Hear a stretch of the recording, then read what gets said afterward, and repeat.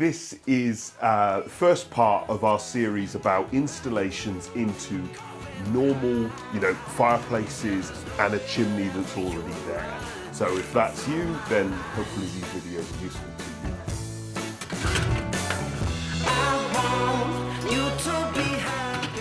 you. This one is about how the whole installation goes together. And typically you've got a hearth that's, you've got a fireplace, it's ready to take your stove, you've got a hearth that's down, that's the right size and distance, and you've got a stove of some sort.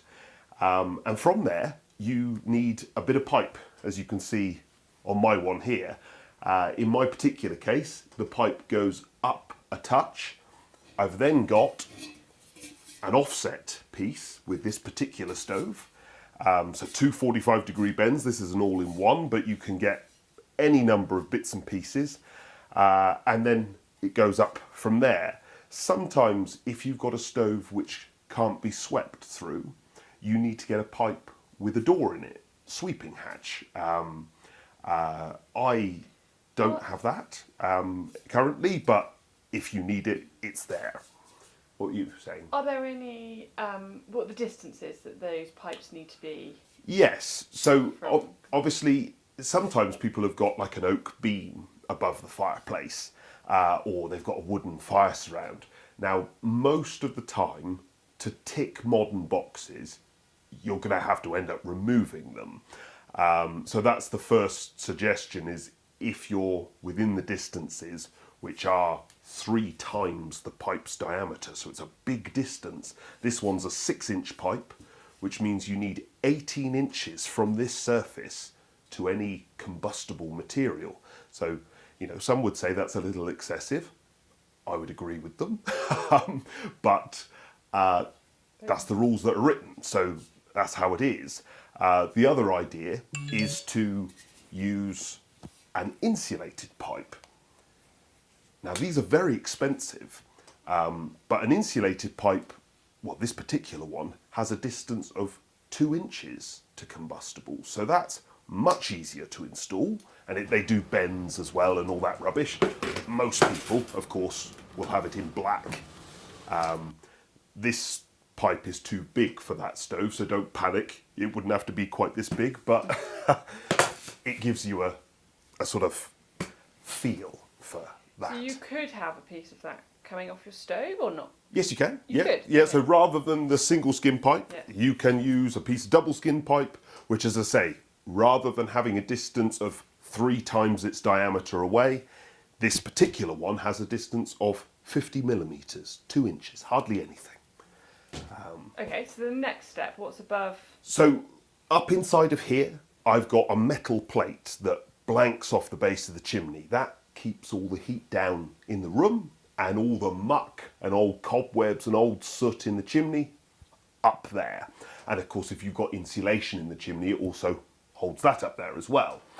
Now, these are often called register plates. Officially, this is me being pedantic, but officially they're called a closure plate when you're lining a chimney, as we are in this example. But you'll see them online for sale with the hole cut in. That is a very bad idea. I wouldn't buy one because you can imagine when you're fitting a stove, you've got to keep that hole right in the right place, which means you end up cutting every single blooming surface and sort of refining it. It is a nightmare to do. What you need is some angle iron and a sheet of metal. I always use metal because you'll get bits dislodged over time coming down a chimney, particularly an old chimney, and boards crack. I mean, I've seen bricks come straight down through a board and create one hell of a mess.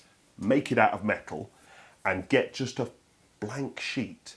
You cut it to size, rest it on the angle brackets, put those all around the inside, rest your plate there, then measure, and then drill a hole and use a jigsaw to cut your hole. And when you cut your hole, this is called an MA, a multi-fuel adapter, which is the bit that goes from the black pipe to the liner itself. And you draw around this because it's this that goes through that plate. And that, like the bit where it goes a bit wider, that's the bit that rests on top of the Correct. closure plate. Yeah. So if this was my closure plate, that rests Right. there. And people who are inexperienced in fitting panic about stuff being sealed. That is the last thing I panic about. Leaky flues, you can imagine what happens. A flue is like a hoover. Stuff goes in, it doesn't come out. If it's coming out, if you've got smoke coming out, there's a much bigger problem with the system. It's not the case that you will fix that problem by sealing everything up with fire cement or silicone. That to me is mostly a bad idea. Would you seal that at all? I wouldn't. No, I would. You'd- I would have that literally. And the flow of Like the air, that. because the air will take the easiest. Yeah. Smoke will take the easiest route, and it will go. Yes, absolutely. Right, okay. Yeah. So I would.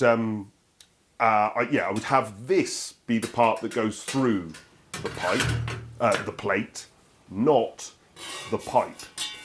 The trouble with having the pipe go through the plate, which I see a lot, is if you ever want to disconnect the stove, this all being below, the stove and the pipe being below, is quite neat. You can disconnect the stove and the pipe and you can change it all and just connect back on.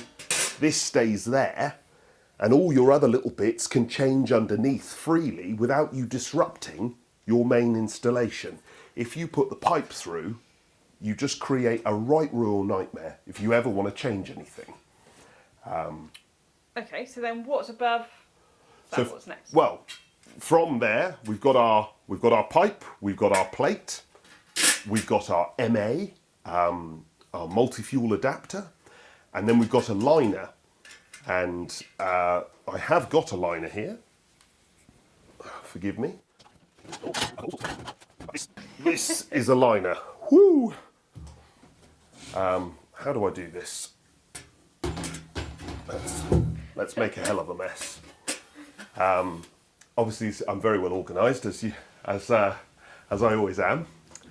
But this big coil, can they see that, Em? Yeah, we can see it. Yeah. This big coil is what you send down the chimney. So you have to get up on top of the chimney, and this goes down from the top. Often these have a right way and a wrong way up, and they'll have arrows on them to tell you that.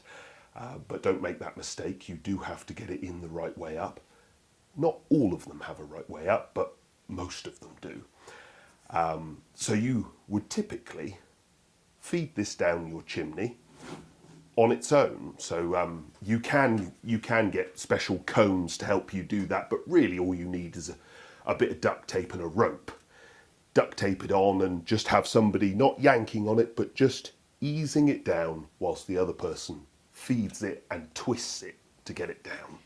And in terms of what liner to buy, that's quite a big subject, isn't it? Yeah, I've got other videos about which liners to buy, which grade of stainless steel, so check those out if they're useful to you.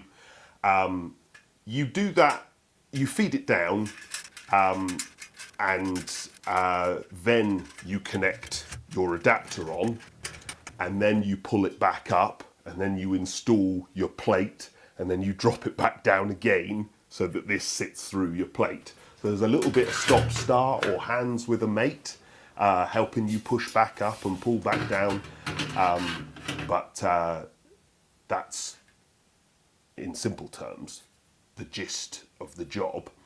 You then will consider insulation, and that's a big subject, so I am going to release another video as part of this series which is all about when or why you should insulate a liner. You don't always do it, so don't just rush down that road, it can be a mistake. But once you've got your liner in, you then need some way of holding it up at the top. Now typically on top of your chimney you'll have a brick or a stone flat area, and some people will, this is my plate that I was saying was for down at the bottom of the chimney, you'll also have a second one of these at the top of the chimney. And your liner comes up through that. This blanks off the top of the chimney.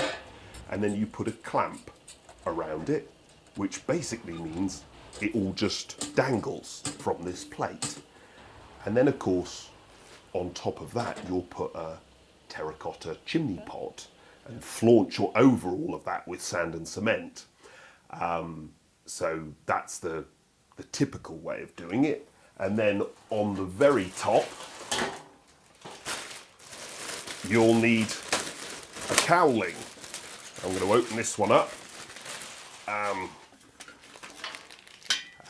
So on top of your chimney pot, you've got your plate and your clamp that the liner is dangling from, the pot on top of that and all flaunched in. And then this goes on top of your pot and it's got little legs. And these are standard, you'll find these everywhere. This is the sort of standard thing people use. And then it goes around the pot with a Jubilee clip. That gets done up tight. And that's the whole job. Sometimes you'll find that your chimney actually already has a chimney pot in place.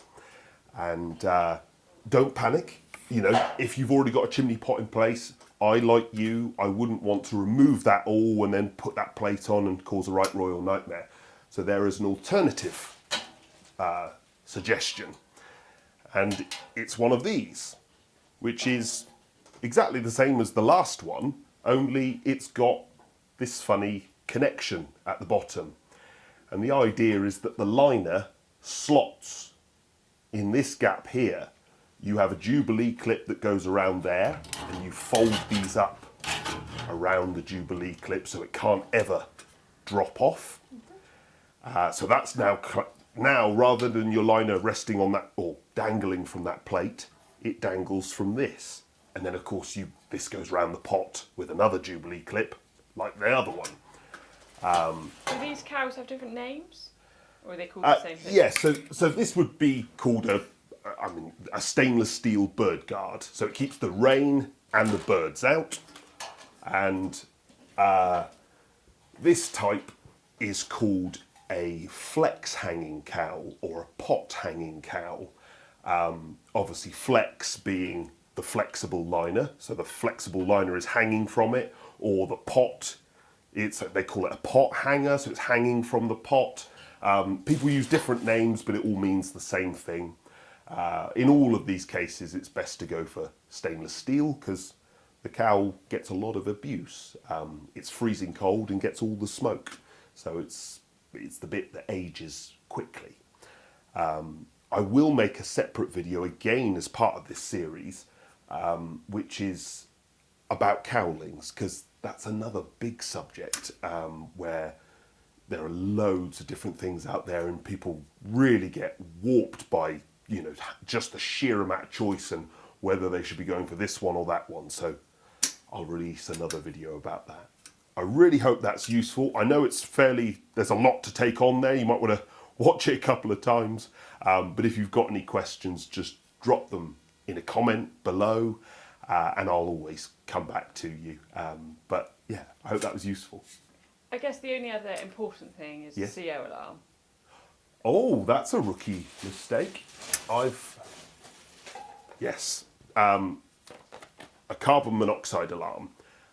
So that has to be typically put high up in the room, at least a metre or so away from the stove. I forget the exact specification of where they want it, but it's relatively common knowledge, and you just look it up on Document J or where you buy your CO alarm. They'll tell you. But